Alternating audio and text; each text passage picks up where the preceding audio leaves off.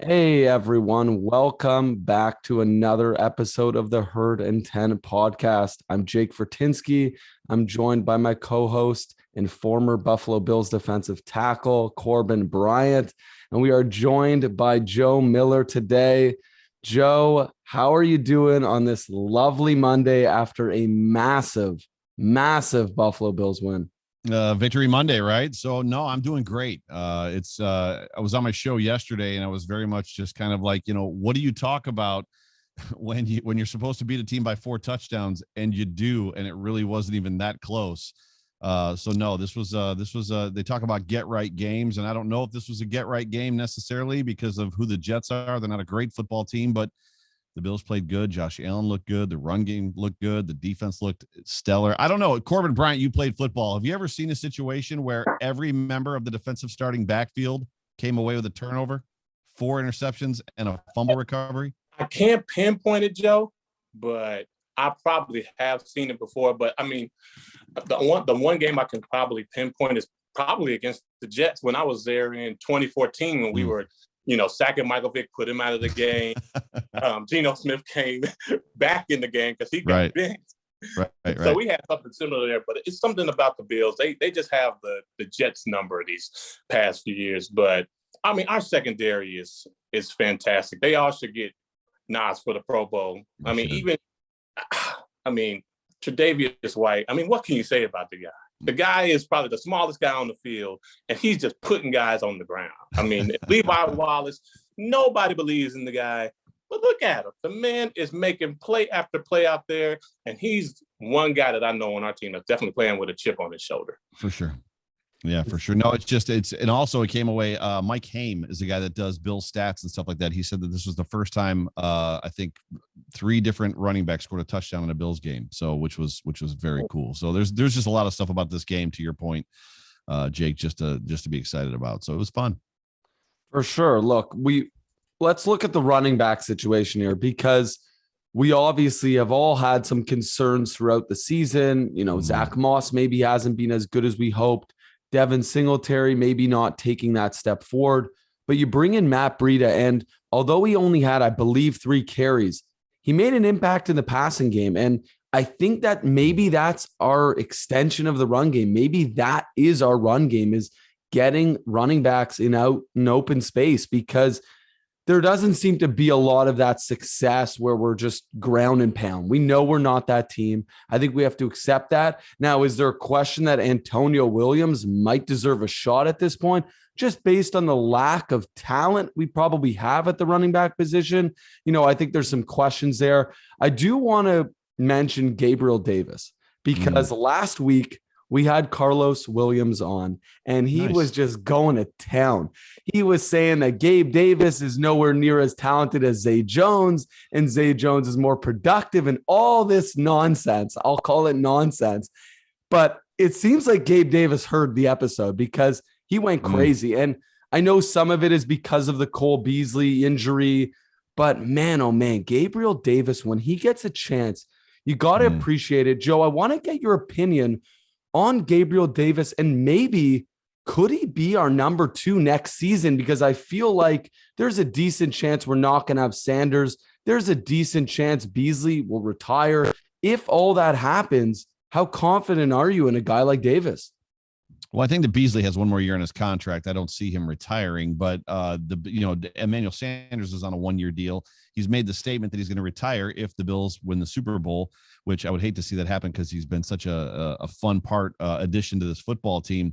Gabe Davis is great. I mean, he's it's perplexing as to why he hasn't been as big of a part of the offense as he has, or as he was last season. There's obviously, Dawson Knox is getting the ball more. They're obviously I'll use the word forcing the football more. Clearly, I'm not a former NFL football player, and that's something Corbin Bryant, you guys have probably talked a lot about it, as I've talked a lot about it with John Fina on the Off Tackle show. Gabe Davis is solid. The kid is clutch. He works the sideline as good as anybody in the NFL. I think that's a horrible comp. Like, I don't know. I love Carlos Williams and I love his takes. I don't know why he would ever even comp Zay Jones to Gabe Davis. I mean, Zay Jones is getting more touches this year, but he's also in his 6th year. I mean, Gabe Davis is a second-year wide receiver behind Stephon Diggs, Emmanuel Sanders, Cole Beasley. Like the guys, it's not even a fair competition as far as that goes. But to be a number 2, I'm not sure. I don't know what his role is going to be. You know, we still have Marquez Stevenson, who hasn't even seen the field yet this season, who has the ability to separate, go deep, which the Bills like, guys that can stretch the field. Gabe is a great possession receiver, sure-handed possession receiver that, you know, when you're talking about jump balls, contested catches, and, you know, basically what we haven't had on this team since probably Eric Moulds left. We just haven't had that guy that can muscle out a cornerback and bottle a ball behind his back and pull it down before it goes out of bounds, which is what we saw in this football game against the Jets. So I'd like to see him get a chance. And, oh, by the way, we still have Isaiah Hodgins, who hasn't seen the field, who is a guy that, you know, this team, the staff, and like the reporters have raved about in preseason, like in the preseason, not the preseason, but, you know, in training camp and stuff like that. So it's going to be interesting to see how it works out for Gabe. I'm excited to have him on this team. We'll see. I mean, he's potentially going to get his shot at being a number 2 next year, right? But there'll be some competition there, I'm sure.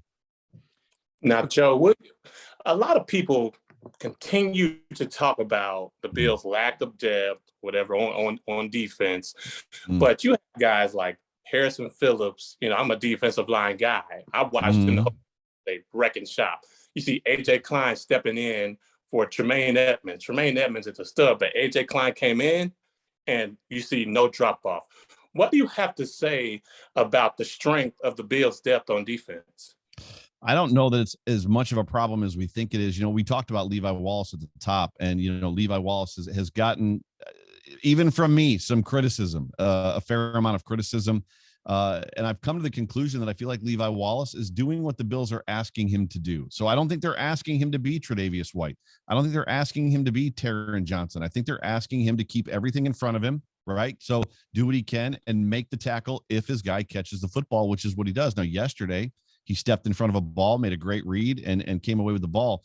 So even when you look at like our defensive backfield, I don't know that we're necessarily not deep. When you look at a guy like Cam Lewis, some of the other guys we have, Jaquan Johnson, I think is a great guy. Like Damar Hamlin, I don't think the Bills necessarily. Jaquan Johnson came in the game for the one play that Micah Hyde went out and like laid a hit on the dude that the ball carrier. I think it was Michael Carter or somebody like that. It's hard to have a conversation or an argument that the Bills aren't deep in certain positions, linebacker, when AJ Klein comes in and plays lights out. I mean, it's like, well, nope, that means we are deep. Isn't that kind of the definition? You know, we haven't seen a lot of Andre Davis and Tyrell Dotson and stuff like that, but they've got players, and you can't. I mean, the Bills are the definition of depth at the at the defensive line, the way they rotate those guys. I'd like to see them get more pressure on the defensive line. But for all intents and purposes, you know, I don't know that I don't know who's making that argument, and I don't know how they can, if that makes sense. Where we're missing some depth is the offensive line. However, Spencer Brown comes back and everything seems to fall into place. You know, this is a guy who we hoped was going to play maybe as a swing tackle down the road, but he's come in and he's pretty much solidified himself as a starting right tackle in this NFL. Right. And you got to love what he's doing. And of course, Cody Ford, you know, they didn't play him this past week and everything was a lot better, but it's unbelievable what we're seeing from Spencer Brown. He just looks so confident. And obviously Dawkins has had a bit of a slow start to the season, but it just seems like when Brown comes in, he sort of shores up that entire right side. Darrell Williams is all of a sudden really comfortable at guard where he wasn't looking so comfortable at right tackle. So that's another thing to keep an eye on, because obviously if Spencer Brown were to go down again, we are in that same situation that we were in just 2 weeks ago against the Jacksonville Jaguars. We want to put that aside. We want to forget about that loss. I want to turn our heads now to the upcoming game, because the Bills have a massive game against the Indianapolis Colts. I believe the Bills are the better team. However, I don't think it's the greatest matchup for the Bills. I think the Colts are a really good team. I think they have a solid defense. They obviously have a really good run game, and they have Carson Wentz, who's seemed to be getting better every single week. I want to get your take, Joe, of what we should expect in this game, and maybe what do the Bills need to do to make sure they come away with a win against a team that's probably still fighting for a legitimate chance to make the playoffs? Every Saturday night, I do a show for Buffalo Rumblings called The Time to Shine, which is a live YouTube show. We make predictions. Outside of Brian Van Slyke calling the 35-0 game against the Dolphins, we haven't been right. What do I expect? I have no idea. I have no idea what to expect. The NFL has been drunk this season. As far as, like I said about 4, 5, 6 weeks ago, that there's a top echelon of teams. The Bills, obviously was in that mix, and some other teams that were like, these are like, I think I had the Chargers there and a couple others, and then it was like everybody else, and then there was just a lot of trash teams. And lo and behold, all the trash teams have beaten all the elite teams. I don't know what to expect. I think that Colts team is better with Carson Wentz than Phillip Rivers. I think people kicked dirt on Carson Wentz a little bit too early. I said that a couple of weeks ago when they played on primetime against the Jets.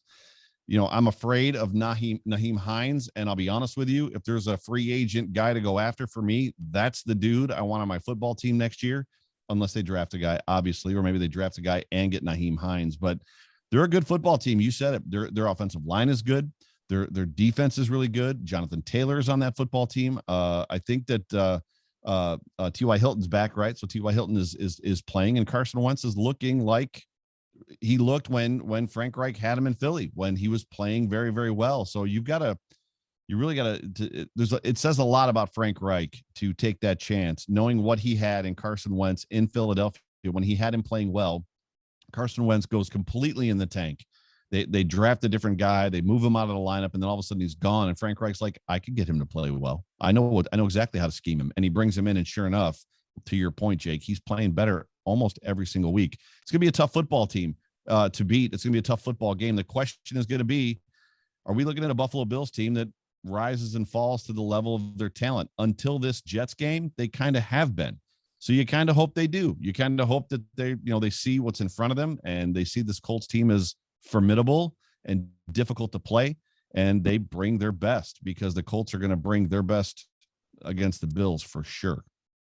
And to break it down even further, this game is going to be an old-fashioned bloodbath. The Colts are a team that are, just scraping at the playoffs right now. I think they're right now on the outside looking in. If they lose 1 or 2 more games, they could be out of it at this. So you're going to have a big physical battle up front with Quentin Nelson, who I've said before. There are a lot of players in the NFL. There are not a lot of gold jacket players in the NFL. Quentin Nelson, gold jacket player. He'll be in Hall of Fame after his 15-year career. So we're going to have to play physical against him. On the defensive side of the ball, DeForest Buckner, he has always been a problem since he's been in the NFL. So we're going to have to firm it up on the offensive line for real. So I'm sure they're going to be definitely pinpointing him in tomorrow's meeting, or Wednesday morning's meeting. And their secondary is playing well, and they're also plus 11 right behind the Bills in the turnovers.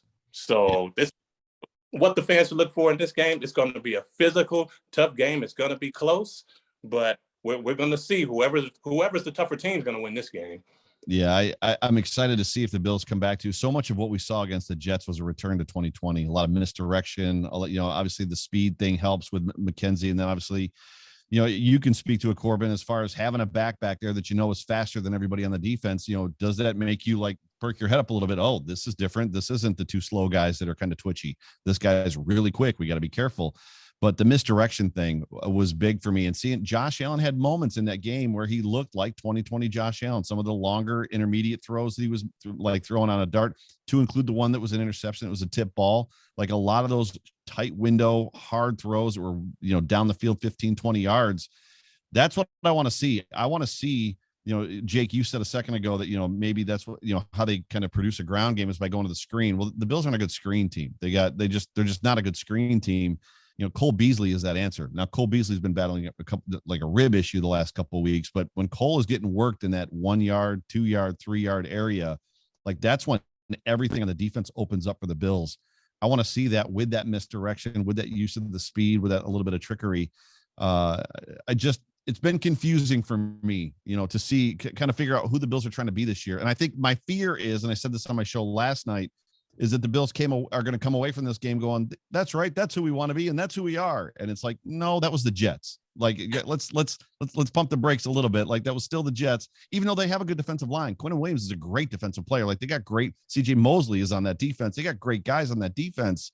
But let's not, be like, let's like pretend that somehow we're a super big ground and pound team yet. We need it. I want to be efficient on the run, but yeah, it's going to be a battle in the trenches. It's going to absolutely be a battle in the trenches. And I was at that game last year against the Colts, and the biggest problem I saw in that game was the Bills' drive starts. That playoff game against the Colts, the Bills' drive starts, almost all of them were like inside the Bills' own 20. They were hammed back every single drive start, and it just made it tough.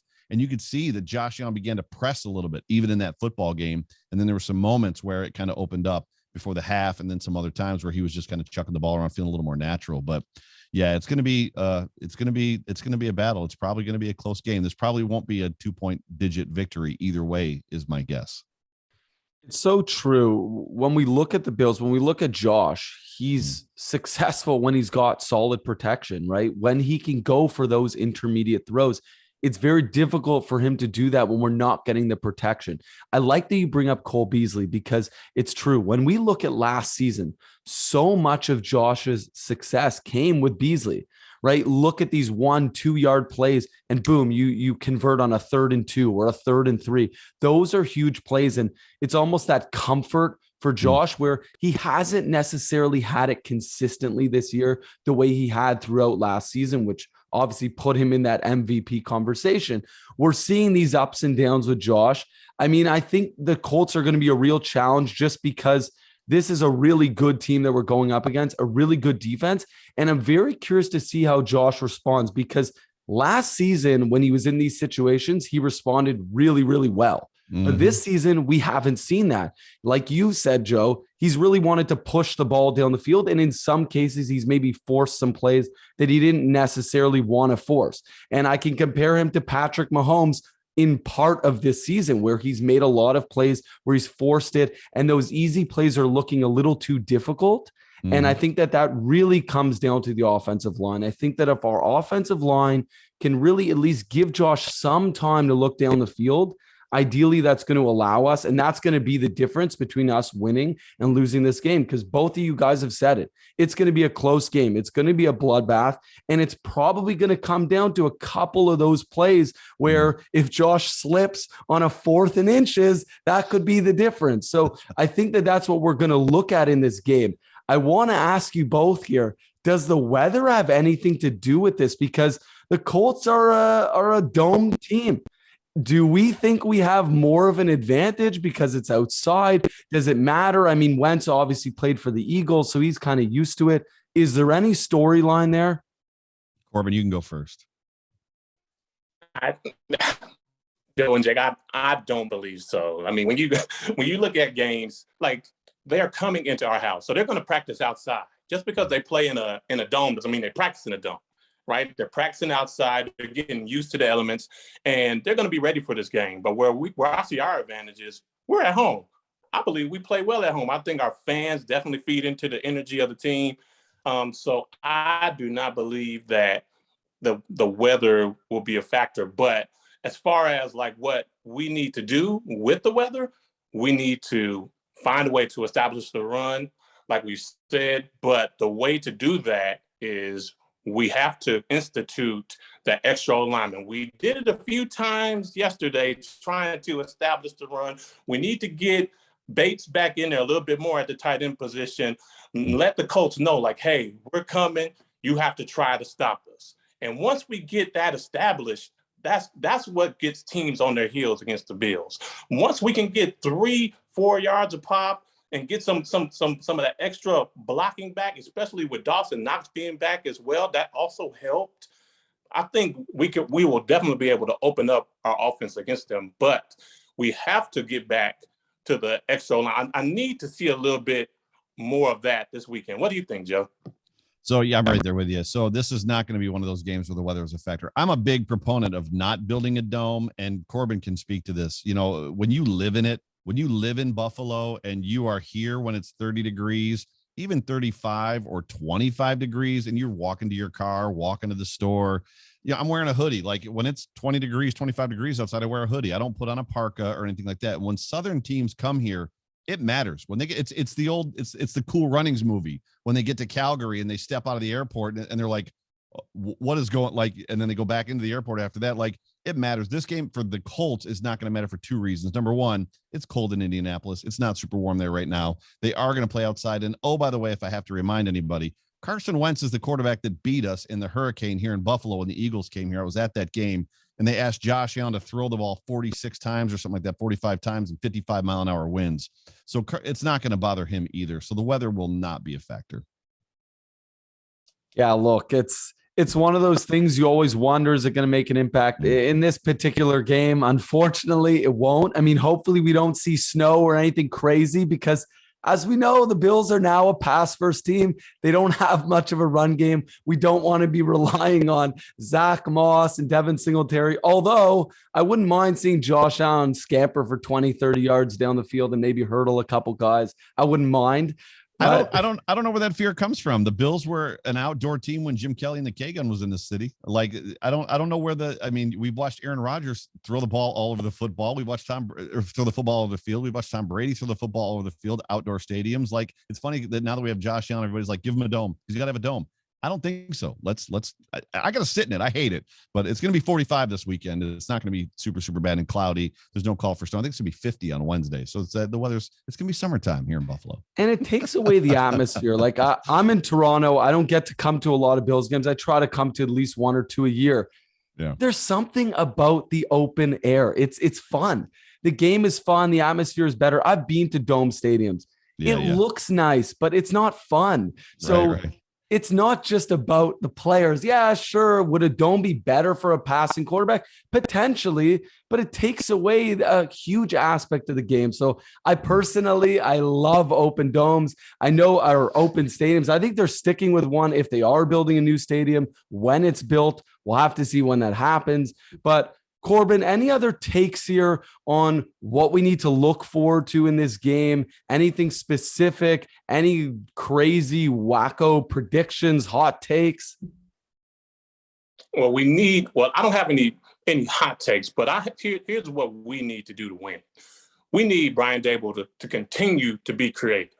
We need him to continue, like he did yesterday, to find matchups that we can capitalize on. If you look at the play that Stephon Diggs caught the touchdown, the first one he caught, it was a penalty. And they're like, they have the same backup guy on him. Let's just throw it again, and bam, touchdown. That's the kind of coaching that we need to win. Like, once we find a matchup, whether it be the 3 technique can't hold up against a double team in the run game, the nickel can't cover the slot, those are the type of matchups that we need Brian Daboll and Josh Allen to see so we can be successful. Obviously, the offensive line needs to firm up. They need to be able to protect Josh, keep him off the ground, and keep him clean. And we need our defense. Wow, our defense has been playing incredible. Number 1 defense in the league. They just have to stay consistent. I don't have a critique for this defense. Joe, you say they need to get sacks. I think they're getting enough pressure. I think they're getting enough hits. They're affecting the quarterback. It's not being put together in the stat sheet per se as far as sacks. Right. But as a former defensive lineman, when you hit the quarterback and you touch him and you breathe on him, that affects him. Yeah. So as long as we continue as a defense to stay consistent and Brian Daboll stays creative and our offensive line can continue to firm up and keep Josh Allen clean, it should be a great day for the good guys on Sunday. I like it. I can't follow that up. That was well said. Yeah, no, it makes perfect sense. That's what you got to see from this Bills team. And really, more than anything else, I want some consistency. Like, Joe, you've been talking about it. We're confused. We don't know what to expect from this team from week to week. And yes, it's kind of been something all over the NFL. We saw what happened at Tampa Bay on Sunday. But the Bills need to get some consistency because we really haven't seen that. They've had a couple surprising losses, couple games that we won, we didn't necessarily look the way we wanted to. I think this team might still be looking for its identity. I know we're entering another week here. They've gone through a whole slew of weeks here, but there's still time to figure it out before we get to the playoffs. And it should be noted that the New England Patriots are still on our tail. It's unbelievable. I can't believe that they're still hanging around, but you got to go and win these games. Of course, we still have 2 games against the Patriots. And if we beat them in both those games, we should be fine to lock up this division. But it is pretty crazy that that's still happening. Joe, you got something there? Quick question for Corbin. I asked John, Corbin, are you familiar with who John Fina is? John Fina was the left tackle for the Bills during the Super Bowl years. I asked John Fina this question a couple of weeks ago, and I want to get your take on it as well. I was like, I understand and get and know that, NFL teams can't continue to win or can't we can't go into every year being the same team. We have to organically grow and we have to change, and we're not going to run the same plays we ran last year. We saw it in 2019, the Bills, Josh Allen was very successful with that short out and like underrun or cut with Cole Beasley that he scored on against the Cowboys. He ran that thing successfully like 4, 5, 6 times. There's a lot of pass plays from last year that John Brown ran that we haven't seen necessarily this year. This is where I'm going with this. Clearly, whatever the identity is that they're trying to be this year hasn't been super successful. They've been short. It's week 10. It's week 10, and this was probably the best offensive game they've had as far as flow, continuity, like the game plan made sense. This was the question to John. Is there ever a point where the coaches sit in the locker room and go, you know what we did last year worked?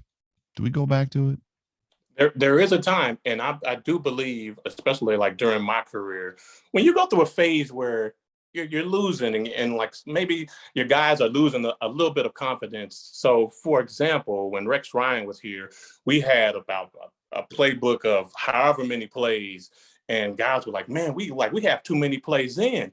And Rex was smart enough to say, hey, let's condense this thing down. So we went into games with about 20 plays, and we just started wrecking shop against people. So yeah, there is a time where you kind of have to take a step back and say, oh man, we may be doing too much, or let's go back to last year's film against the Colts and see what worked, and let's see if it works again, because the Colts they have the same defensive coordinator last year. They're definitely watching the tape from last year. I can guarantee it.